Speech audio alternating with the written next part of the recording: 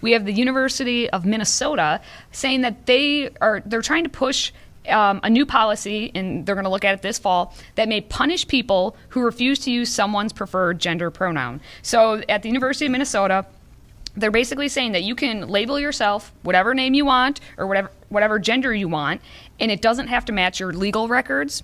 And that if you're in class, you can choose to or to not inform other university members, so your professor or your fellow peers, of your preferred name and preferred gender. You can do this, or you don't have to do it. You can do it in writing, or you can do it verbally. So basically, do whatever you want at this point. That's key. It's not just your gender pronoun, that whatever pronoun you want to be called, professors will potentially lose their jobs if they misgender you. That's bad enough, but it's names. It's not just your gender, it's your name. Whatever you insist upon being called, your fellow classmates have to call you that, or they can be expelled.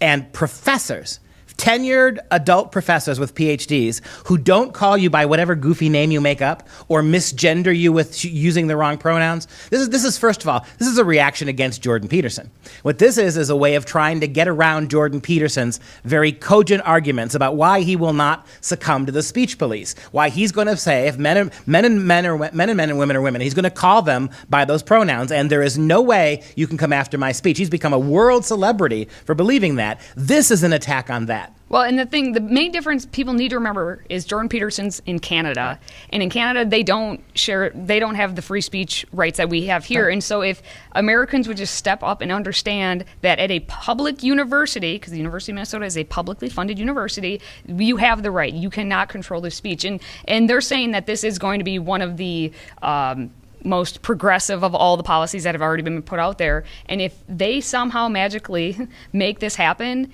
they're just asking for a lawsuit. By progressive, what we mean is fascist, right? That's what, in the instances, in order to placate a radical minority's desire to control every aspect of your linguistic speech when it comes to them, this is fascism. And here's what's so absurd about this. So I'm a 21-year-old African-American activist kid from inner city Minneapolis, and I'm now at the University of Minnesota. Are you identifying as that now? And if I do? And what if I do? What if I Absolutely. do insist on being that? You can't tell me no. But because you are what you say you are. But I'm an inner city African-American kid, young man, who's an activist, and I'm in some bald, fat white guy's university class. And I say to that university professor, my name is Mr. N-word. I will be called by you Mr. N-word. Now you got him coming and going, right? Because if the professor says, oh, excuse me, Mr. N-word, he just used the N-word, and you know what the University of Minnesota is going to do to him, right?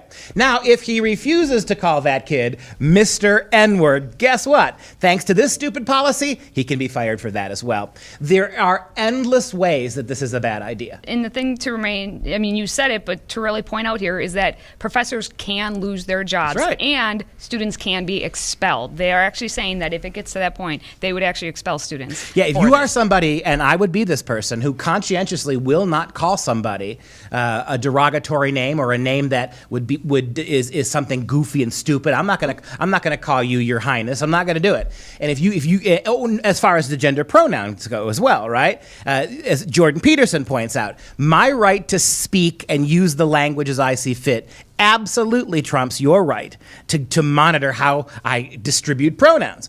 If that's the case, then, like you said, the stakes are really, really high here. It is a lawsuit that's going to come chugging down the road, but it's not going to stop them. And the first three stories we've talked about here all make the same point.